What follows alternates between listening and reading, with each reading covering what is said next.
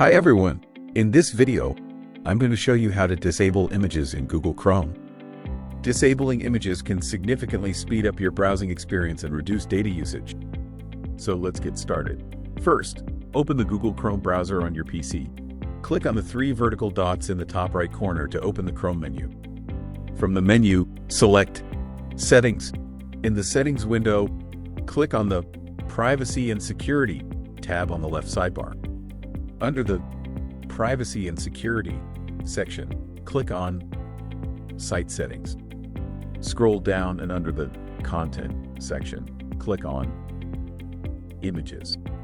Under the Default Behavior section, you'll see two options. Sites can show images and don't allow sites to show images. Select the option that says Don't allow sites to show images. Now, if you load any web page, you'll notice that all images are blocked. And that's it. You have successfully disabled images in Google Chrome. Thanks for watching.